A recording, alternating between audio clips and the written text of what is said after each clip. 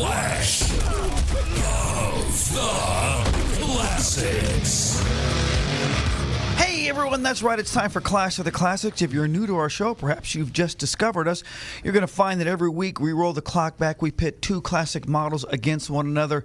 We vote on things like powertrain, styling, we look at design features, and then we vote on the car that we like best. And we welcome you to join us and let us know which car you prefer. These battles are fueled continually by National Parts Depot.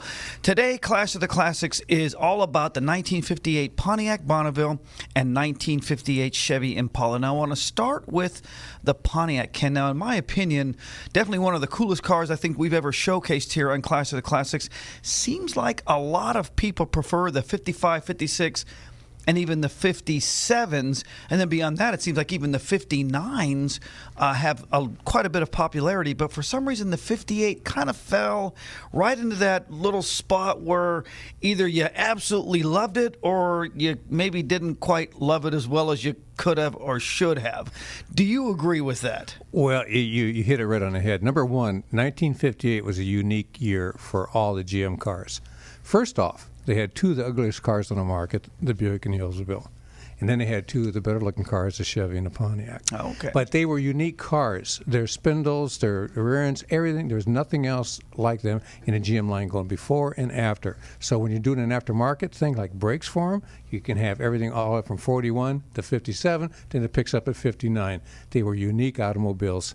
But at the same time, you know, the 58 Chevrolet now is becoming very popular. The 58 Bonneville is becoming very popular. They're really good cars out there in the market today.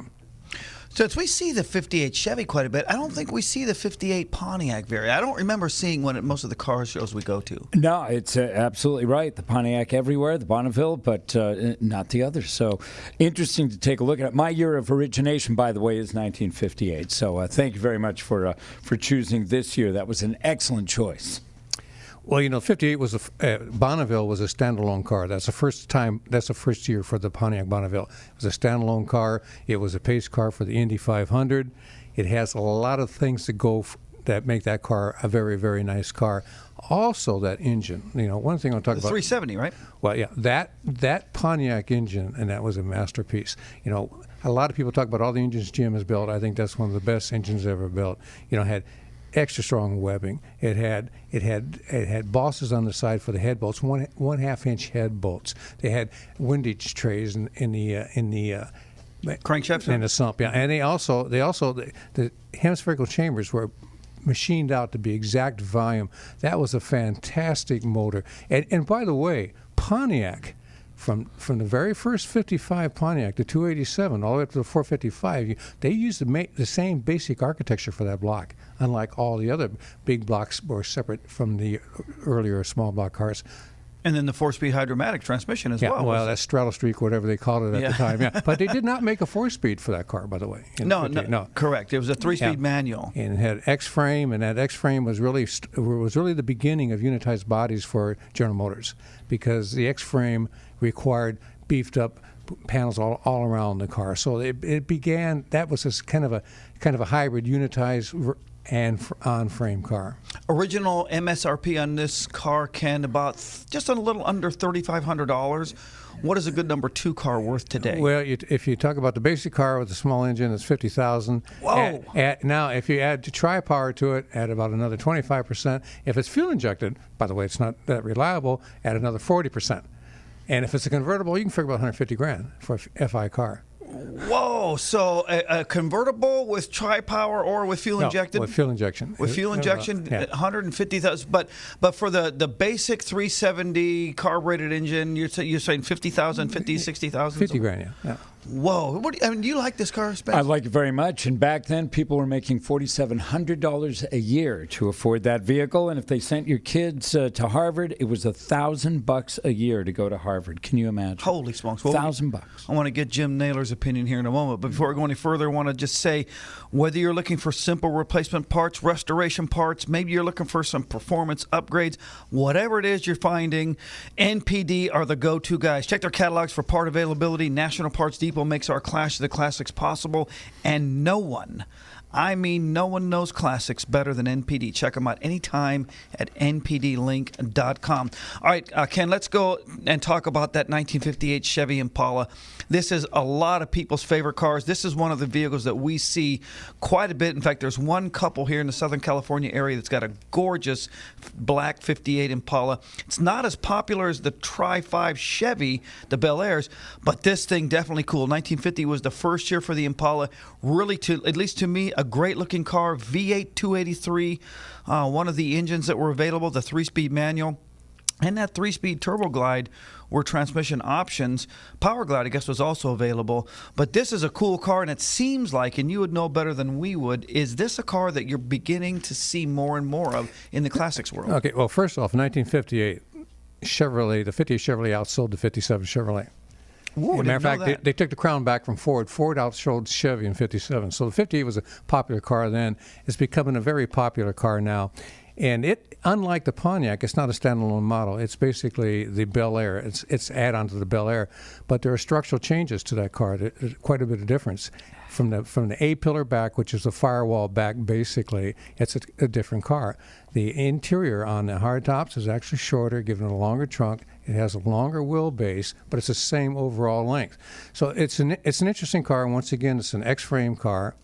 And now they had the 348s. I think you mentioned that. If you got a Tri-Power, you got the 348. That's not a big block motor. It's a truck motor. It's not considered a big block motor. If you got fuel injection, you got the 283. You could get a 348 with 315 horsepower. The fuel injection was 290, which was about 2.5 times the cost of the 348. So the fuel injected cars are very rare because they weren't very popular then, and because you could get more horsepower for less money. Jim, we haven't heard from you yet in this clash battle. You like this 58 Impala? Yeah, it's not one of my favorite Chevys, but it is my sweetie's favorite Chevy. If had a turquoise and white 58, I would be in. So this is Gene's favorite car? Gene's absolutely. You know, I liked Gene a lot before this battle started, and I like her even more now because... This is my sweet. She loves this car. Turquoise and white are her favorite colors. She would not have a 5.7, a 5.5, or a 5.6. She wants a 5.8. It is an extremely beautiful car, Spence. We do see this from time to time. What do you think of it? Beauty. Yeah, I'm just wondering, and this is blasphemy because Jim's our design expert here. Do they look sort of alike? A little bit too much alike? So well, you know, we used to say about Fords and Mercuries, just how much chrome could they add to a Ford to make it a Mercury?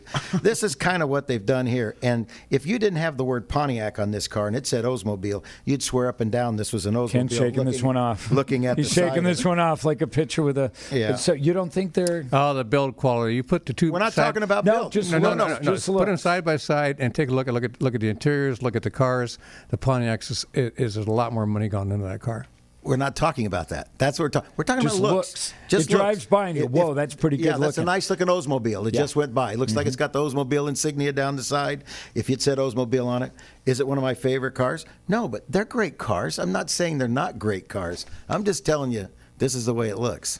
Ken, original MSRP, just a little under $2,700. $2,693 was the general cost. Today, what is that car worth? Good number two. $50K. So, okay, that's really good. So, in other words, the cars are pretty much equal in terms of because they look value. alike. Except the Pontiac starts to gain on it when you add things like Tri-Power. It's about... this one's about 20% for the Tri-Power and 25% for the fuel injection, and maybe $100K for convertible. Well, how much difference is in the production? You said the Chevrolet obviously outsold the Ford. Where was the Pontiac? Was it produced as much, or is it rarer? Now, I think Pontiac that time was probably number 5 or so. You'd have to go back and take a look at it. But it was, you know, Knutson had changed that car in '57 and became number 5 in sales. Spence, who do you like? The Blob came out that year with Steve McQueen. I'm going with the Impala. Ooh, okay, so we got one Chevy. Mr. Ken, where are you heading? I like Chevys, but I got to go with the Pontiac on this one. Okay, and Mr. Jim. I don't want to hurt his feelings because he's mad at me now. Yeah, Whoa, I got the old man mad. The Chevy. Okay, so we got 2 Chevys, a Pontiac. Folks, we have got a problem in studio because we have got a split tie down the middle. The Pontiac, to me, is gorgeous. It seems like it's just a little higher-end car. There is similarities, Jim. I do understand what you're saying. Between the two, when you look at them structurally, I can see similarities. But the Pontiac does seem like it's a little higher-end line car. And now the fact that we can get an additional 20, 30, 40% more out of the Pontiac, I think I'm going Pontiac.